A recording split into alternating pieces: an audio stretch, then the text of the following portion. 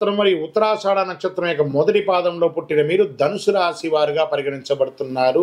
ఈ విశ్వావసునామ సంవత్సరం మీకు ఎలా జరగబోతుందంటే, ఫస్ట్ మీకు అర్ధాష్టమ శని ప్రారంభమవుతుంది. వృశ్చికం నుంచి మీకు ట్రాన్స్ఫర్ అవుతుంది. కాస్త నోరు అదుపులో పెట్టుకోవాలి. ధనుసు రాశి మిత్రులారా, మీరు ముందు నోరు అదుపులో పెట్టుకోవాలి ఫస్ట్. ఈ సంవత్సరం ప్రాముణ కానీ సంవత్సరం చాలా బాగుంటుంది. తృతీయ శని కావున చాలా వరకు అనుకూలుడు. రుణ విముక్తి, భూగ్రహ సంపాదన, ఉద్యోగ ప్రాప్తి కలుగుతుంది. స్వబుద్ధితో యత్నించి కార్యక్రమాలను చక్కగా బాగుంటారు. అన్నదమ్ముల యొక్క వర్గంలో గల పేచీలు పరిష్కరించబడుతుంది. అర్ధాష్టమ శని ఒకటచే విశేషించి శ్రమకారకుడుగా ఉంటున్నాడు. ఈ కాలము అనేక సమస్యలు వచ్చే అవకాశాలున్న ఎదుర్కొనే శక్తి ఉంటుంది. జాగ్రత్త అవసరము. కళత్రపీడ, ఆస్తి ఇబ్బందులు, శారీరక మానసిక శ్రమ, స్వస్థన అని వాత బాధలు కలిగే అవకాశాలు ఉన్నాయి. ఆరోగ్యం పట్ల జాగ్రత్త. ఏదైనా గాయం తగిలే అవకాశాలు మీ శరీరంలో ఎక్కువ శాతం ఉంది కాబట్టి జాగ్రత్త. భార్యాభర్తల మధ్య విభేదాలు మిశ్రమంగా ఉంటుంది. కాస్త జాగ్రత్తగా మాట్లాడుకోవాలి. చైత్ర వైశాఖం నందు షష్టమ గురు, కార్తీక మార్గశిరం నందు అష్టమ గురు అగుటచే శత్రుజ్ఞాతి బాధలు, చోర రోగ బాధములు అధికమయ్యే అవకాశాలు కనబడుతున్నాయి. మిగిలిన సమయం అంతా సప్తమ గురువు అగటచే మిగిలినంతా ఆ ఒక్క సమయం తప్ప మిగతా సమయం అన్నింటిలోనూ 7వ స్థానంలో గురువు మీకు యోగాన్ని కలిగిస్తున్నాడు. అందుకే గురు చూసిన కోటి లాభం. శని భగవానుడు అర్ధాష్టంలో ఉన్నా గురువు మీకు యోగం చేస్తున్నాడు కాబట్టి చాలా అద్భుతాలని అవకాశం, ఆస్తి కొనుక్కునే అవకాశం ఉంది. రియల్ ఎస్టేట్ రంగం వారికి చాలా బాగుంది. స్పెక్యులేషన్, షేర్ మార్కెట్ వారికి ఇది చాలా బాగుందండి. ఏదో కేసు ఎప్పటి నుంచో కోర్టు కేసు ఉన్నాయి సరే, అవన్నీ తొలగిపోయే అవకాశాలు ఉన్నాయి. తృతీయ రాహువు భాగ్యకేతు అగటచే తలచిన కార్యాలు నెరవేరుతుంది.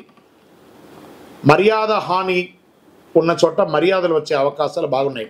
సంవత్సరం అంతా కుజుడు అనుకూలంగా లేడు కాబట్టి కాస్త జాగ్రత్తగా ఉండండి. ఇతరులతో మాట్లాడేటప్పుడు, వాహనం నడిపేటప్పుడు, ఏదైనా ఒక కలహం వచ్చినప్పుడు మీ నాలికను, మీ నోరుని కంట్రోల్ పెట్టుకుంటే అన్నీ సెట్ అయిపోతుంది.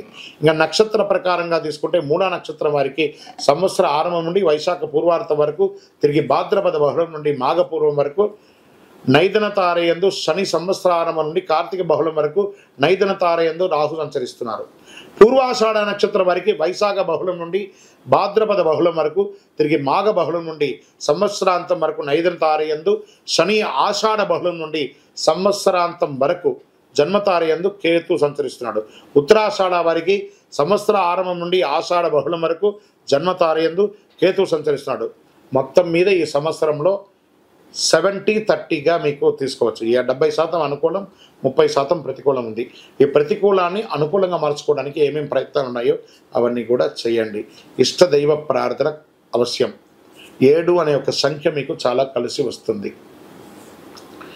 Red colour and pink colour మీకు చాలా కలిసి వస్తుంది. శివాలయానికి ఏదైనా మీ పక్కన ఉన్నటువంటి శివాలయము దక్షిణామూర్తి ప్రార్థన ఎక్కువ చేయండి. పసుపు రంగుతో మాల, పసుపు రంగు వస్త్రాన్ని స్వామివారికి ధరింపజేయండి. 9 అనే ఒక సంఖ్య గల చెప్పుని పేదవాళ్ళకి ఎవరికైనా దానంగా ఇవ్వండి.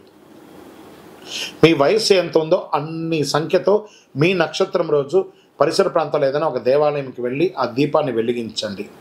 ఇంకను సకల దోషాలు తొలగి ఆనందంగా ఉండడానికి అతి శక్తివంతమైనటువంటి కరుంగాళిమాలను ధరించడానికి ప్రయత్నం చేయండి.